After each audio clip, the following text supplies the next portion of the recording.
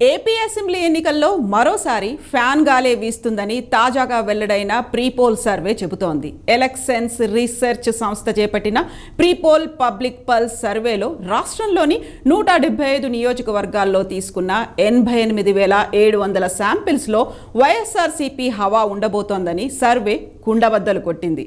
ఈసారి ఏ పార్టీ గెలుస్తుంది, ఎవరు సీఎం, ఏ పార్టీకి ఎన్ని సీట్లు వస్తాయనే ప్రశ్నలకు ఎలక్షన్ సంస్థ రెండవ మాటకు తావు లేకుండా వైసీపీయే అధికారంలోకి వస్తుందని తెలిపింది.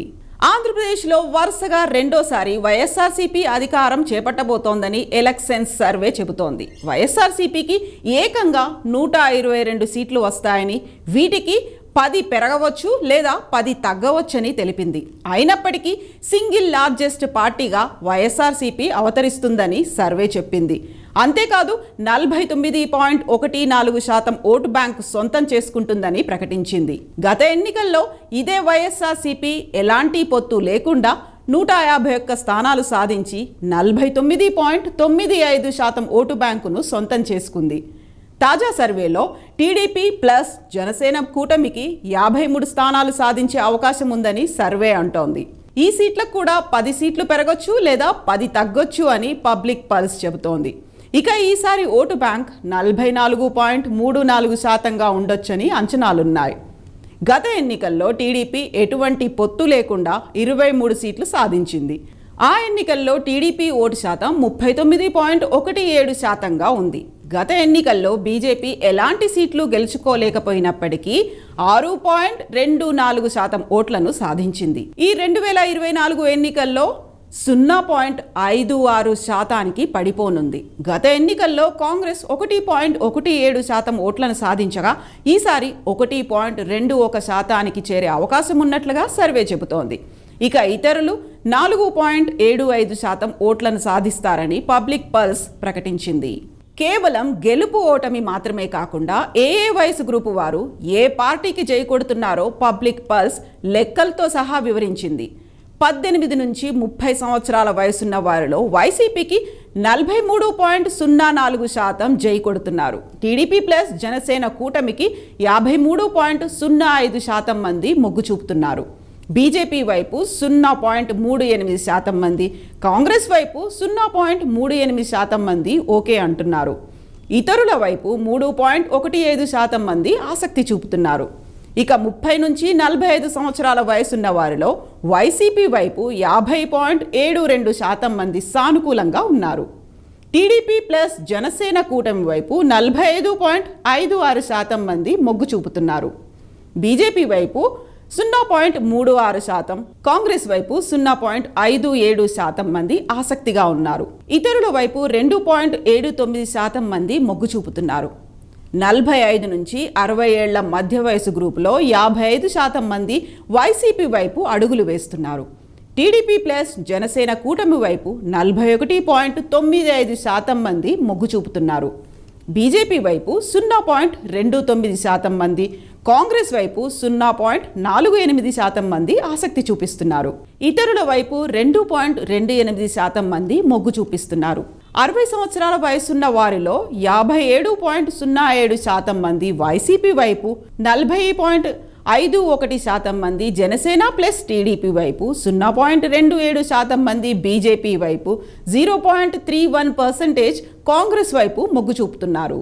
స్త్రీ, పురుషులు వారి వయసు, వృత్తులను బట్టి జనాభా ఆధారంగా వారి అభిప్రాయాలను సేకరించారు. ఇందులో ప్రజల సెంటిమెంట్, వారి ప్రాధాన్యతలు, ఎన్నికల్లో ప్రభావితం చేసే అంశాలు, వారి అంచనాల ఆధారంగా అన్ని అంశాలను పరిగణనలోకి తీసుకొని సర్వే చేశారు.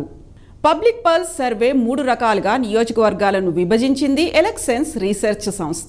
వీటిలో నేరుగా వైఎస్ఆర్సీపీ, టీడీపీ ప్లస్ జనసేన కూటమితో పాటుగా తీవ్ర పోటీ ఉన్న 3వ రకం నియోజకవర్గాలు ఉన్నట్టుగా సర్వేలో తేలింది. మొత్తం 175 నియోజకవర్గాల్లో 113 చోట్ల వైఎస్ఆర్సీపీకి, 39 చోట్ల టీడీపీ జనసేన కూటమి విజయం సాధించే అవకాశాలున్నాయి. మిగిలిన 23 చోట్ల పోటీ తీవ్రంగా ఉండే అవకాశం ఉందని ప్రీపోల్ పబ్లిక్ సర్వే చెబుతోంది. సర్వే ప్రకారం శ్రీకాకుళం జిల్లాలోని పాతపట్నం, విజయనగరం జిల్లా, బొబ్బిలి, విశాఖ జిల్లాలోని చోడవరం, తూర్పుగోదావరి జిల్లాలోని జగ్గంపేట, కొత్తపేట, రామచంద్రాపురం, పశ్చిమ గోదావరి జిల్లా నిడదవోలు, నరసాపురం, తణుకు, ఏలూరు, కృష్ణా జిల్లాలో పెడన, జగ్గయ్యపేట, గుంటూరు జిల్లాలో తెనాలి, గుంటూరు ఈస్ట్, రేపల్లె, ప్రకాశం జిల్లాలో ఒంగోలు, కొండెపి, కర్నూలు జిల్లాలో ఎమ్మిగనూరు, ఆలూరు, అనంతపురం జిల్లాలో కదిరి, ఉరవకొండ, కళ్యాణదుర్గం, రాయదుర్గం నియోజకవర్గాల్లో తీవ్ర పోటీ నెలకొనే అవకాశం ఉంది.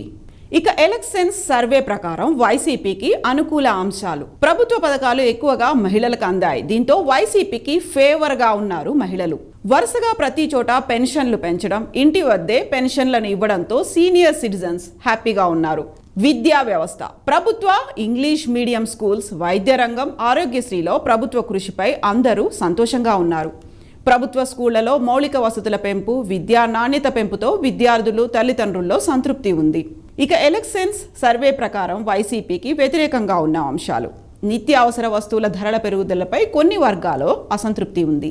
రాష్ట్ర అభివృద్ధి, నిరుద్యోగ సమస్యపై యువతలో అసంతృప్తి.